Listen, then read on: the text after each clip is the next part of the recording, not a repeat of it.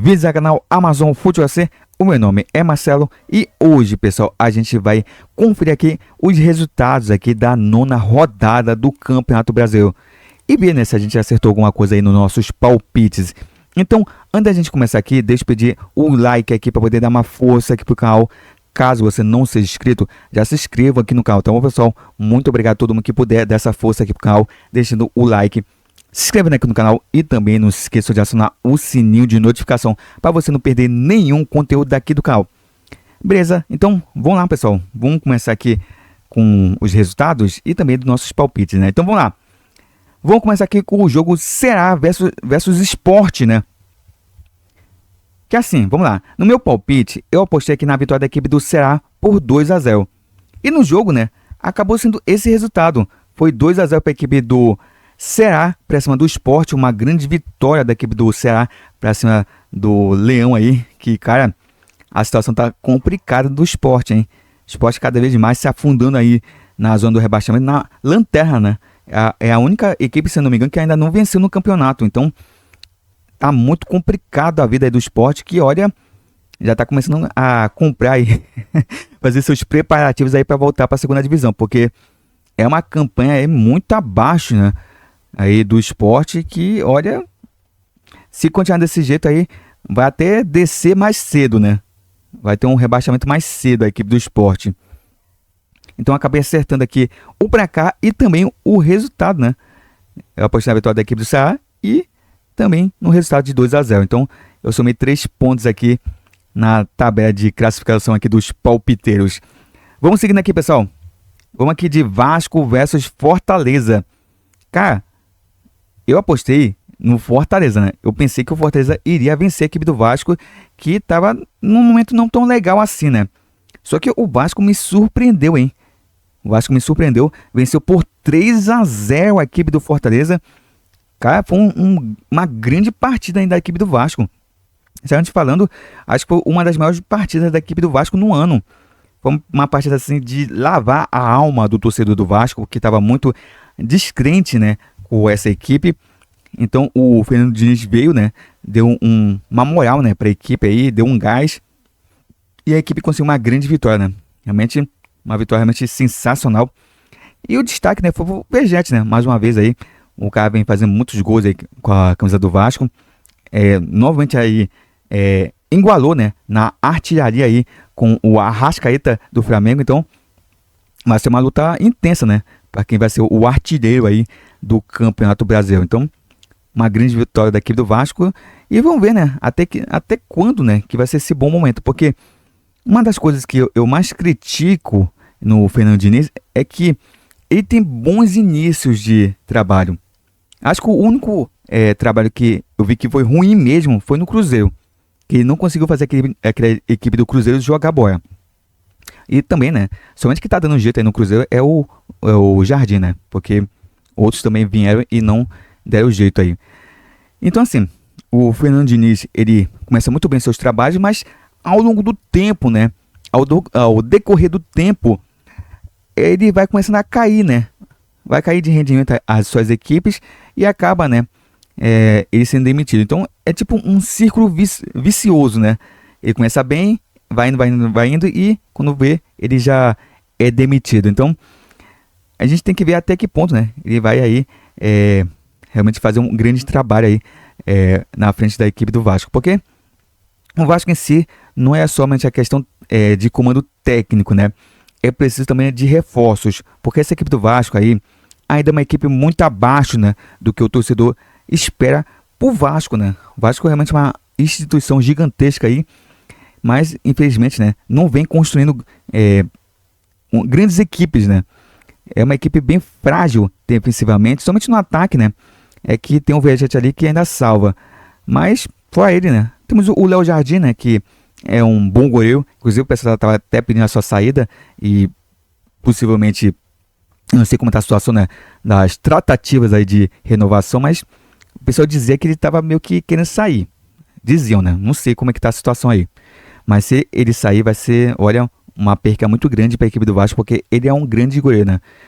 Já salvou demais a equipe do Vasco aí durante essas temporadas aí que se passou. Então, eu acabei errando aqui meu palpite aqui. Apostei no Fortaleza e quem venceu foi a equipe do Vasco da Gama. Seguindo aqui, pessoal, vamos aqui de São Paulo versus Grêmio. E olha, eu tinha apostado aqui no empate em 1-1 entre São Paulo e Grêmio. E no jogo, né, a equipe do São Paulo acabou vencendo por 2-1. Grande vitória da equipe do São Paulo, né, que saiu daquela posição ali um pouco perigosa ali, perto da zona do rebaixamento, e deu uma subida um pouco, né, aí na classificação. Mas o São Paulo é desse jeito, né, o São Paulo às vezes decepciona o seu torcedor, né, com partidas horrorosas e outras partidas um pouco mais sólidas, né, mas é uma equipe que é uma interrogação, né? Tem muitas equipes aí no Campeonato Brasileiro que são uma interrogação, né? Você não sabe o que esperar da equipe, por exemplo, jogar bem em uma partida, na outra já joga muito mal. Então, é desse tipo, né? O São Paulo é uma dessas equipes, né? Que às vezes faz, né, grandes partidas, mas em outras acaba decepcionando. E o Grêmio, cara, o Grêmio tá ruim, hein? A situação do Grêmio tá complicada, hein? Inclusive, né? Eu venho acompanhando aí os canais do Grêmio e, cara, o Farid, que é um torcedor aí fanático aí do Grêmio, cara, ele dá cada surto com o Grêmio, né? Porque, cara, é difícil, hein? É difícil você ver o time do Grêmio, né? Uma equipe que não é fraca, tem até um elenco bom, mas não decora, né? Não vai pra frente, né? Faz partidas aí que decepciona o seu torcedor. Então, é difícil, né? Realmente de endoidecer, né? O torcedor do Grêmio, que realmente fica muito pé da vida, né? Com os resultados que a equipe gremista tem, né? Tirou aí o Quinteiros, mas parece que a coisa não fluiu tanto assim, né? Aí com o Mano Menezes, parece continuar a mesma coisa, né? É inacreditável isso. Então, eu acabei errando aqui meu palpite. Vamos aqui na sequência aqui de Corinthians versus Santos. E assim, né? Eu esperava que o Corinthians iria vencer de forma até fácil o Santos, né? O Santos não tá jogando bem, é uma equipe, sinceramente falando, bem ruim, né? Bem ruim esse elenco do Santos aí que foi montado aí para essa Série A. E eu pensei que o Corinthians iria vencer por 3-1. Só que o Corinthians venceu somente por 1-0. Até me surpreendeu esse pra cá, né? Esperava que o Corinthians fizesse mais gols, mas foi somente 1-0, mas mesmo assim a equipe do Corinthians acabou vencendo. E aquela coisa, né? É clássico. Muitas vezes a gente aposta numa equipe que é mais forte, né, do que o seu rival.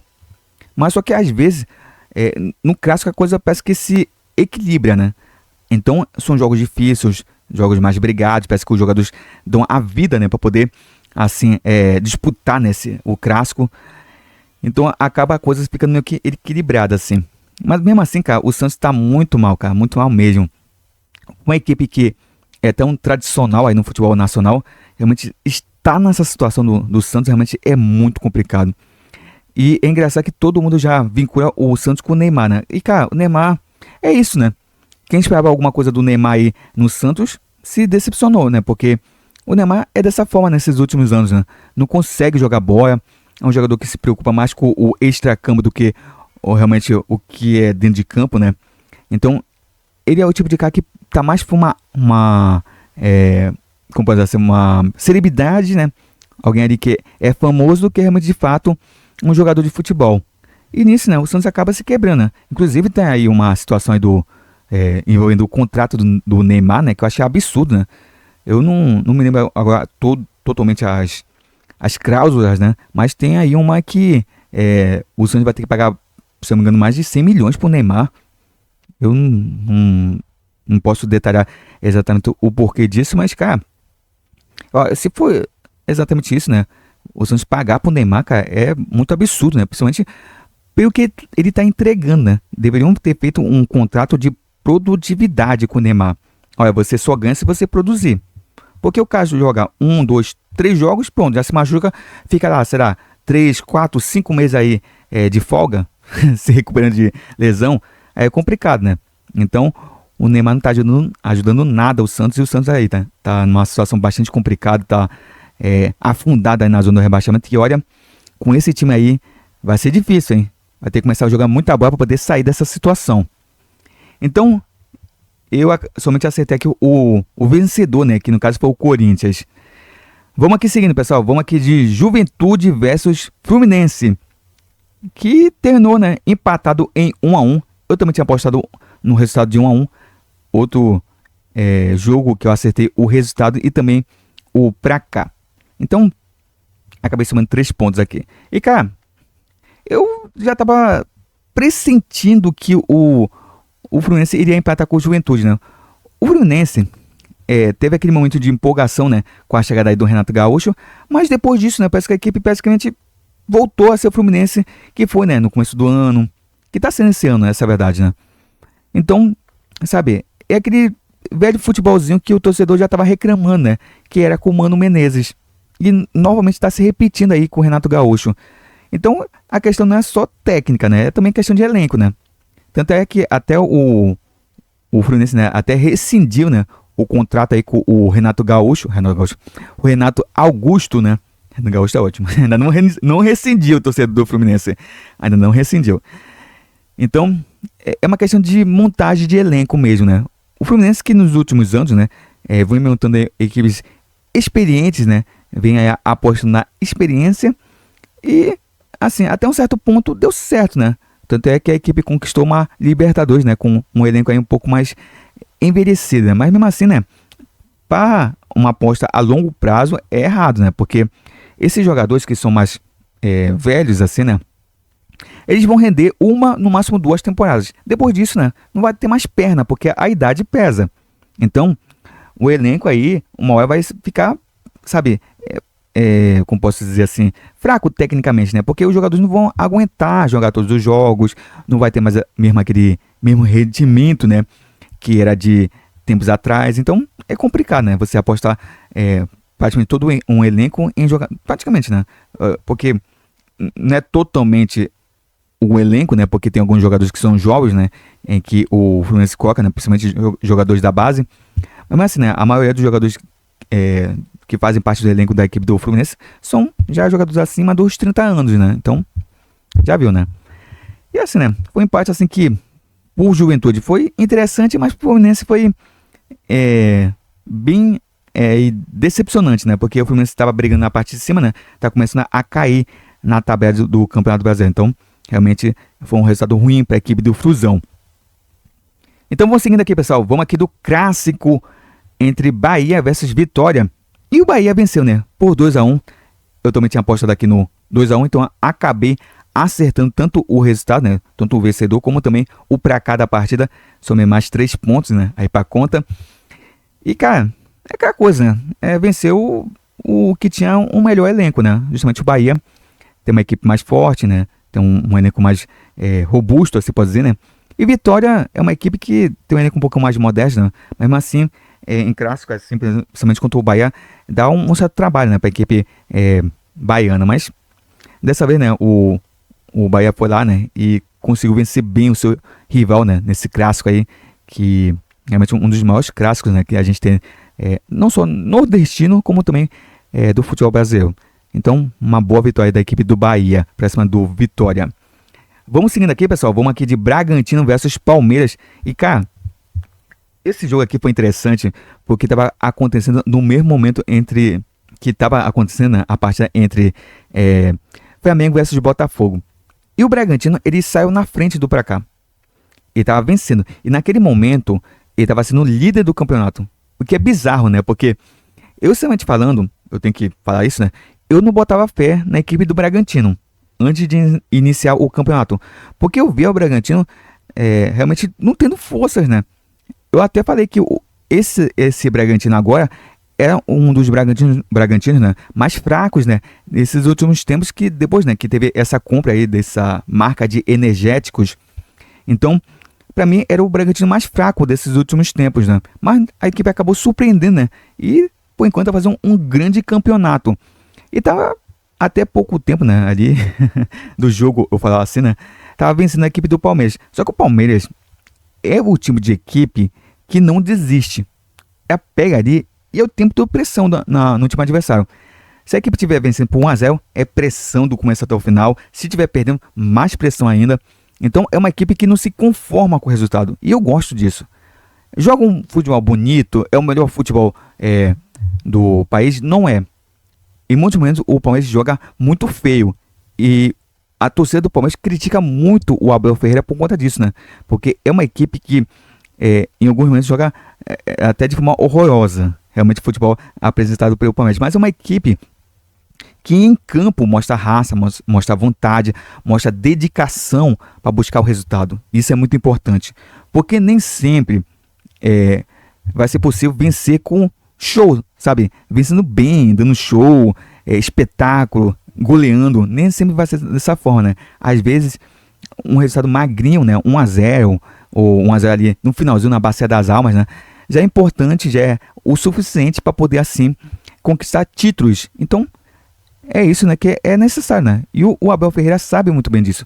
Tanto é que na coletiva dele, ele falou muito bem isso, né? Que para ele não importa se a equipe joga bem ou mal. O importante é justamente ele conseguir aí o resultado. E ele tá certo, né? Porque não dá para cobrar o tempo todo que a equipe vai jogar bem, sabe? Porque em algum momento a equipe vai realmente oscilar.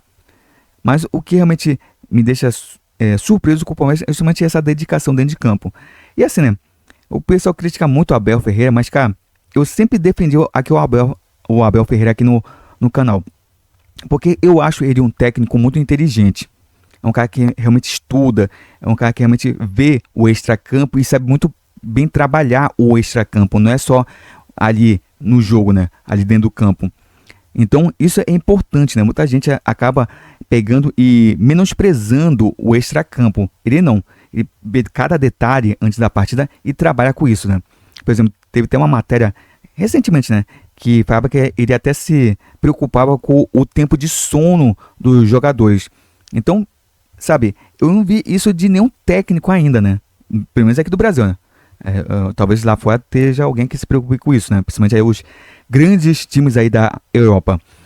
Mas assim, sabe, é uma mentalidade aí que você vê que realmente quer vencer. É uma mentalidade de pessoa que quer realmente evoluir, sabe? Essa equipe. E assim, né? Você pode criticar algum jogador do Palmeiras que não esteja jogando bem, né? Por exemplo, olha só um exemplo, o Vitor Roque. O Vitor Roque, o pessoal estava criticando muito, né? Porque é um jogador que perde muitos gols, essa é a verdade. Mas parece que ele está começando a realmente reencontrar seu futebol. Eu simplesmente acho ele um bom jogador. Tanto é que quando ele estava ali no Atlético Paranaense, eu achava ele um grande atacante, né? Seria um atacante promissor que estaria, né, daqui a pouco lá com a seleção brasileira. Só que aí, né, ele foi lá pro Barcelona, não teve tanto espaço assim, a pessoa começou a criticar ele e aí teve que retornar pro Brasil, né? E aí quando ele retornou pro Palmeiras, ele começou aí meio que devagar, né? Não teve um bom começo aí de trajetória aí o Vitor Roque, mas parece que ele tá começando realmente a mostrar aquele futebol que ele apresentou aí no Atlético Paranaense. Ainda longe de ser, tá bom? Tá muito longe, mas mesmo assim já começou a, sabe, dar a volta por cima. Isso é muito importante pro jogador, né? Então assim, né, uma grande vitória da equipe do Palmeiras, de virada, tá bom? O Palmeiras venceu de virada da equipe do Bragantino e assumiu a ponta do campeonato. E detalhe, tá bom? Tem 4 pontos à frente do Flamengo, que é o segundo colocado. Então essa diferença é muito grande, tá bom? Para um time que não aceita perder e nem empatar. Então, para uma equipe que pouco perde pontos aí no campeonato, realmente é uma distância aí significativa. E se o Palmeiras continuar nessa mesma pegada aí, vai ser campeão brasileiro novamente. Então, realmente é uma equipe que, quando vem mesmo para poder disputar um campeonato, vem mesmo de forma séria. E o Abel Ferreira realmente é um cara que sabe muito bem jogar liga, né? É engraçado como que ele se dá muito bem aí jogando nas ligas, mas muitas vezes acaba fracassando nas Copas. Mas mesmo assim, realmente o Palmeiras é uma equipe muito forte, né? Uma das equipes mais fortes aí do Campeonato Brasileiro e talvez, né, a equipe mais forte do futebol brasileiro atualmente, tá bom, pessoal? Fala de elenco aí, de como que o Palmeiras se comporta em campo, tá bom?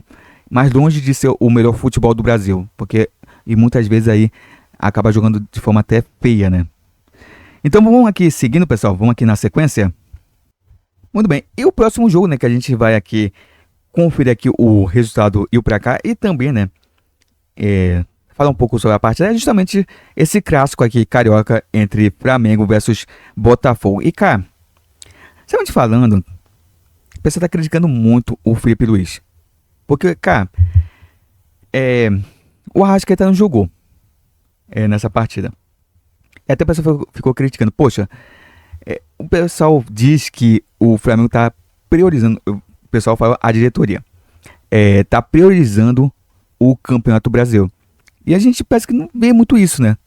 Em muitos momentos parece que o Flamengo parece que entra em campo, parece que, sabe com aquela preguiça, sabe com aquela vontade realmente, parece aquela vontade de trabalhador, né, que vem depois de um feriadão e volta a trabalhar na segunda-feira. É tipo isso o Flamengo nas partidas, parece que é uma preguiça de jogar bola, que é inacreditável. O elenco é bom, isso ninguém duvida, mas, cara, às vezes falta vontade por parte daqui do Flamengo. E, cara, realmente é inacreditável como os jogadores daqui do Flamengo se machucam, né? Parece que são jogadores de vidro. Porque o De La Cruz também se machucou. E parece, né, que vai ficar um bom tempo aí de molho. Então, cara, o Flamengo que já sofre de muitos desfalques, né? Vai perdendo cada vez mais jogadores. E isso daí já foi um problema ali pro passado. Na temporada passada, né? Mais precisamente, o Flamengo acabou perdendo títulos importantes porque faltou ali peças de reposição para as posições na qual estava perdendo jogadores por conta de lesões, sabe? E mais uma vez esse ano está acontecendo a mesma coisa. Mas assim, falando sobre o jogo em si, no primeiro tempo, o Flamengo até que jogou de forma razoável. Eu vi muita gente falando, principalmente canais do Flamengo, que o Flamengo jogou muita bola, o Flamengo dominou o primeiro tempo. Mas, cara, se você falar de domínio, somente na questão de posse de bola, beleza, o Flamengo teve mais posse de bola do que a equipe do Botafogo. Mas, cara, se você for analisar realmente os lances da partida, você vê que o Botafogo, em alguns momentos, foi até mais perigoso do que a equipe do Flamengo. O Flamengo só teve uma chance boa na primeira etapa, justamente com um chute ali do Luiz Araújo, né? Se eu não me engano, foi ele mesmo que chutou, né? E o John fez uma grande defesa. Mas o Luiz Araújo, né? Poderia ter batido mais no canto. Ele acabou chutando praticamente no meio ali do gol. E o goleiro fez uma boa defesa, mas mesmo assim, o Luiz Araújo já acabou facilitando um pouco o trabalho do John, né?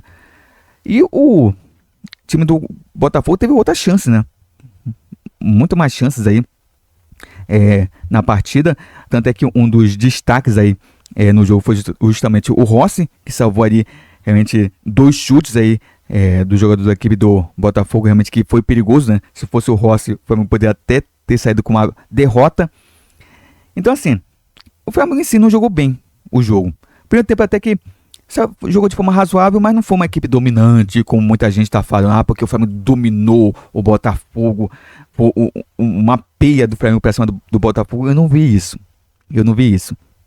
Eu vi um jogo até que, em alguns momentos aí, em que o Botafogo teve mais chances do que a equipe do Flamengo, e outros, o Flamengo estava ali, né, mais no campo de ataque, ali, rondando, mas como sempre, né, como sempre, pega a bola, roda para um lado, roda para o outro, fica aquele toquinho, né, sem objetividade, mas ninguém chuta. E, cara, no jogo a gente teve 2 jogadores aí que sabem muito bem chutar de fora da área, que é justamente o Luiz Araújo e o Everton Cebolinha. Mas ninguém pega a bola e fala assim, chuta pro gol. Pegaria a bola, vocês que têm mais habilidade aí, tem mais explosão, pega a bola, faz o drible, abriu, chuta pro gol, arrisca, mas não. Parece que a ordem no time do Flamengo é somente chutar quando estiver lá dentro da grande área, sabe? Aí fica esse futebol burocrático daqui do Flamengo. Toca para um lado, toca para o outro, mas não cria, não agride, no bom sentido, obviamente, sabe? Não cria chances de gol. Então, muitas vezes o Flamengo acaba aí perdendo jogos, como já perdeu aí na temporada, por exemplo, o Central Córdoba, porque não chuta, não finaliza. E muitas vezes, quando tá ali, né, tendo a chance dentro da grande área, acaba desperdiçando ali os gols. Não transforma as chances que cria em gols. Então, é um defeito por parte da equipe do Flamengo, sabe? E esses defeitos acabam irritando a torcida. Porque realmente vê a equipe muitas vezes criando demais, mas, sabe, não finaliza, realmente não é que a equipe letal, é a equipe fatal, como eu falo. Eu acabei citando aí o Palmeiras, agora há pouco, né? Por conta disso, né? A diferença entre Flamengo e Palmeiras justamente é essa, né? O Palmeiras é uma equipe que amassa o time adversário do começo até o final do jogo. Quando quer realmente vencer, fica o tempo todo em cima, né? Chuta, cruzamento na grande área, a pressão direta. O Flamengo não. O Flamengo pega a bola ali em alguns momentos parece que o time morre em campo. Joga bem, sei lá, 30 minutos parece que morre em campo. Não cria mais nada, sabe? Aí fica aquele toquinho, pega a bola, volta pra trás, pro goleiro, depois volta aqui pro meio de campo. Fica aquele toquinho, toca ali pro lado esquerdo, toca ali pro lado direito, mas não cria, sabe? Não tem aquela pressão mesmo direta. E outra coisa também que eu vi que o Flamengo fazia muito bem no passado, mas não faz mais agora, né? É aquela pressão alta, né? Poucos momentos a gente vê o Flamengo pressionando lá no campo de defesa do time adversário, né? Ao contrário, eu tô vendo. Ao contrário, eu tô vendo as equipes realmente apostar demais na pressão alta contra a equipe do Flamengo e tá dando certo. Porque muitas vezes o Flamengo se atrapalha todo quando vê que o time tá pressionando dentro do seu campo defensivo. Entendeu? Então, o Flamengo acaba se atrapalhando, rifando muita bola. Então, sabe, tem coisas no Flamengo que realmente acabam irritando o torcedor. E assim, né, o empate, sinceramente, não foi merecido, foi. Porque assim, faltou criatividade por ambas as equipes, tanto por parte da equipe do Flamengo como por parte da equipe do Botafogo. Mas o principal, que também deixou muita gente irritada por parte da equipe do Flamengo, foi justamente a ausência do Arrascaeta. E é uma coisa que eu sempre estou falando aqui. Isso daí, o canal tem 2 anos de existência, e nesses 2 anos eu estou falando isso. O Flamengo precisa de um substituto para o Arrascaeta, porque não tem ninguém ali. Agora, também é culpa do seu Felipe Luiz. Porque, pô, se não tem o Arrascaeta, o que você faz? Qual o jogador que você vê aí que é mais criativo? Quem é? O De La Cruz. O De La Cruz já fez essa função lá no River Plate. Então pega o cara e joga ele mais avançado, né? Coloca ele na posição ali do Arrascaeta, para poder ele fazer ali a meiuca e assim, né, distribuir o jogo. Porque é um cara que tem um bom passe. Mas não, o que ele pega e deixa o De La Cruz como volante. Tipo assim, o Felipe Luiz não tem uma alternativa assim, tática, né, para poder fazer a equipe jogar de forma diferente. Parece que só é daquela forma que ele treinou. Sabe, não tem uma mudança ali no decorrer do jogo, taticamente falando. Porque o De La Cruz podia fazer essa função do Arrascaeta. Mas não, ele pegou e praticamente jogou ali o Luiz Araújo como meia, sabe? Sendo que ele aponta.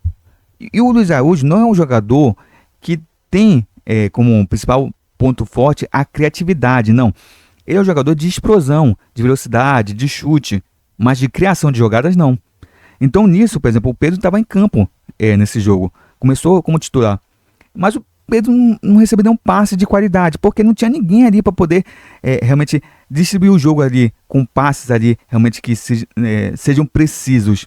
Então acabou o Flamengo sendo pouco criativo no ataque por conta disso, sabe? Então a diretoria tem que ver isso. Cara, precisa de um meia criativo aí na equipe do Flamengo, para poder assim pegar e a equipe começar a jogar bola. Porque se não tem, cara, o time morre. Se não tem nenhum passe ali de qualidade, que começa ali do meio de campo, não adianta ter 300 atacantes ali na frente, que a coisa não vai dar certo, né? Porque não vai chegar o passe de qualidade para eles fazer o gol. Então não adianta. E então é um erro que sempre está acontecendo. Passa a temporada, no caso, começa a temporada, termina a temporada, e são os mesmos erros, né? E isso de diretorias passadas aí, sabe? Então por isso que o Flamengo não engrena, né? O Flamengo não vai pra frente por conta disso, né? Porque acha que tem um excelente elenco. Os 11 são, mas elenco não é só 11 jogadores, sabe? Também são as reservas. Os reservas da equipe do Flamengo, às vezes, não tem a mesma qualidade dos titulares. Então o time acaba realmente perdendo jogos porque falta peças de reposição, entendeu? Então é complicado, né? O torcedor do Flamengo aí já começa a criticar demais aí o Felipe Luiz. E eu acho que merece as críticas, tá bom? Porque o Felipe Luiz também tá insistindo demais aí em jogadores que não estão jogando nada. Por exemplo, no Bruno Henrique. É um jogador que não tá jogando nada, não tem cabeça, mas parece que ele prefere proteger os amigos dele do que realmente fazer o que é certo. Pro bem da equipe mesmo. Porque se ele insiste em jogadores que não estão rendendo, ele vai morrer abraçado com esses jogadores. Então ele tem que ser técnico, esquece a amizade e seja mais técnico, seja realmente o treinador do Flamengo, sabe? Não um amigo do Bruno Henrique. Será quem mais aí que tá jogando mal aí? Do Léo Pereira, sabe? Porque eu vejo que o o Felipe Luiz, ele tenta brindar esses jogadores de críticas. E não é dessa forma, né? Não é dessa forma. Quando é para criticar, tem que ser criticado. Então, quando é para elogiar, beleza, a gente elogia.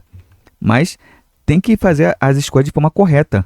Sabe, o Felipe Luiz, ele tá fazendo escolhas erradas. Ele começou muito bem como treinador, mas se ele continuar nesse mesmo ritmo, ele vai acabar sendo demitido. Porque vai começar a vir uns fracassos, o Flamengo vai começar a ser eliminado, e aí você já viu, né, como vai ficar a situação. E só rapidamente aqui falando sobre o Botafogo, eu também acho que o Botafogo também pecou por falta de criatividade, né. É um elenco que está começando a demonstrar um futebol um pouco melhor, né, mas mesmo assim ainda falta realmente aquele cara que articula as jogadas, né. A gente viu muito, sabe, passes muito longos ali para os atacantes, ali principalmente pelas pontas, mas que pouco foi efetivo. Porque ano passado tinha ali o Almada, né, que pegava a bola, é o cara criativo ali, sabe muito bem distribuir ali o jogo, é o cara também que chutava de fora da área, mas esse ano não tem, né. Então o time do Botafogo acaba realmente sentindo falta disso, né, realmente de um cara realmente criativo ali no meio de campo. Mas é uma equipe que tá, sabe, tá melhor do que tava no começo do ano, essa é a verdade. Começou a ter uma melhoria. Tava ruim no começo do ano, mas começou realmente a reagir aí na temporada. Vamos seguindo aqui, pessoal. Vamos aqui de Internacional versus Mirassol. E a gente teve um empate aí até que interessante, né? No jogo foi 1-1. Olha que o Inter tava, se eu não me engano, tava perdendo, né? Se eu não me engano, tava perdendo aí pro Mirassol. Quase que o Mirassol vence a equipe do Inter. Inclusive até apostei, né, na vitória da equipe do Internacional para cima do Mirassol por 3-1. E no jogo foi 1-1. Acabei errando aí meu palpite. Mas, cara, o Internacional é uma equipe inacreditável, né? Monta bons elencos, mas, cara, essa equipe não engrena, né? Inacreditável. O torcedor do Internacional fica pensando, poxa, o que falta para essa equipe, né?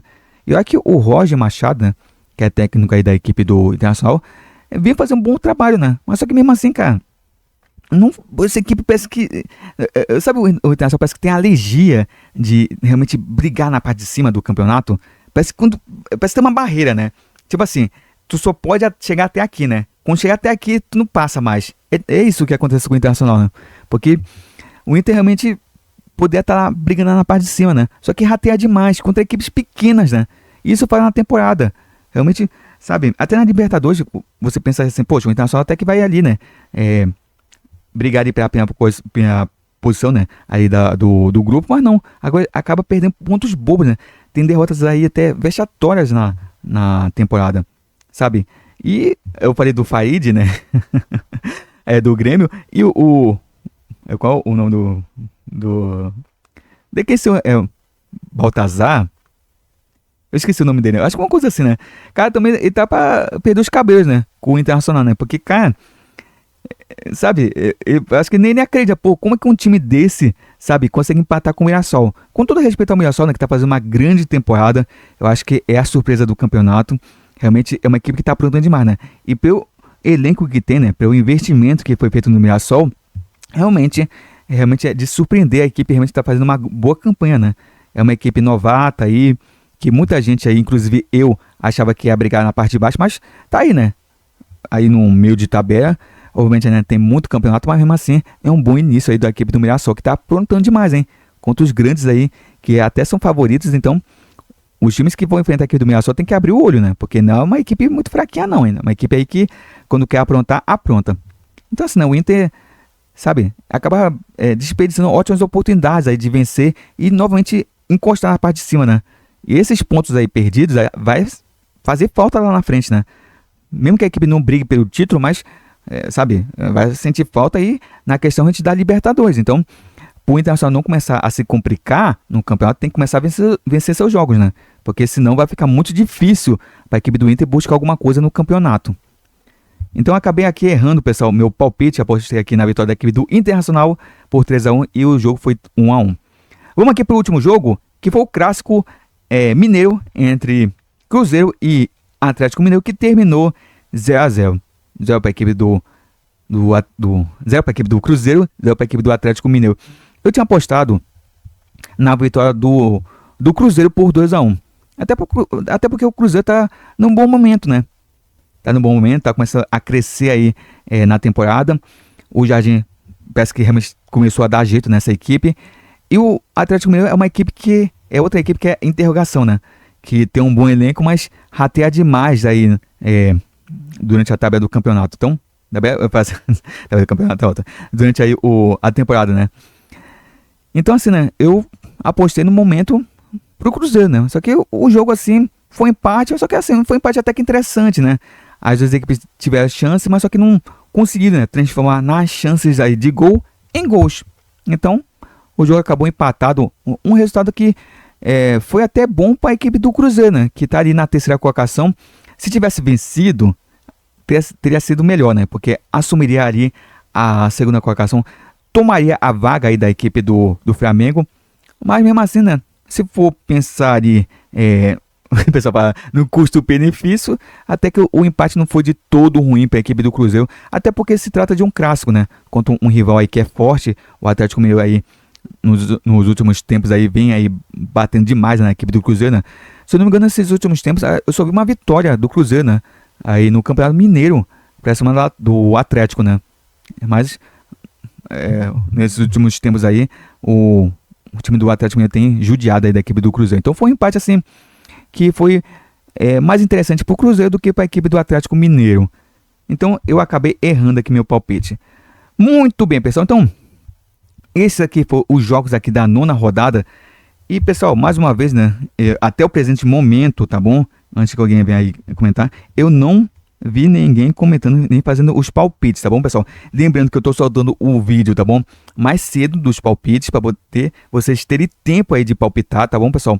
Então, você que quer deixar os seus palpites, tente, tá bom? Pegar e comentar um pouco mais cedo, tá bom, pessoal? Para poder dar tempo de eu visualizar e assim eu colocar o nome de vocês aqui, né? E conferir quantos acertos de vocês fizeram aí nos palpites de vocês, tá bom? Então, sempre tenta aí chegar um pouco mais cedo, tá bom, pessoal? Porque, como eu falo para vocês, eu trabalho. Então, eu preciso aí fazer os vídeos um pouco mais cedo, para poder também não deixar de fazer os vídeos, tá bom? Então, se vocês palpitam muito tarde, depois que passou aí da rodada, então eu acabo não visualizando aí os palpites de vocês e não dá tempo de colocar no vídeo, tá bom, pessoal? Então, sempre verifique aí no canal se tem aí os vídeos dos palpites para poder vocês comentarem aí os palpites de vocês, tá bom?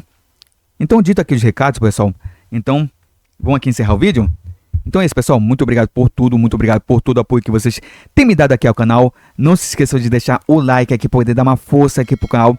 Se você não for inscrito, caiu de paraquedas aqui no canal Amazon Futebol SC, então já se inscreva aqui no canal, tá, pessoal? Muito obrigado a todo mundo que puder dar essa força aqui pra gente aqui. A gente tem uma meta de chegarmos aqui a 700 inscritos aqui no canal Amazon Futebol SC, então eu sempre conto com o apoio e a ajuda de vocês. Então é isso, pessoal, muito obrigado por tudo e a gente se vê aí no próximo vídeo. Então, pessoal, até uma próxima!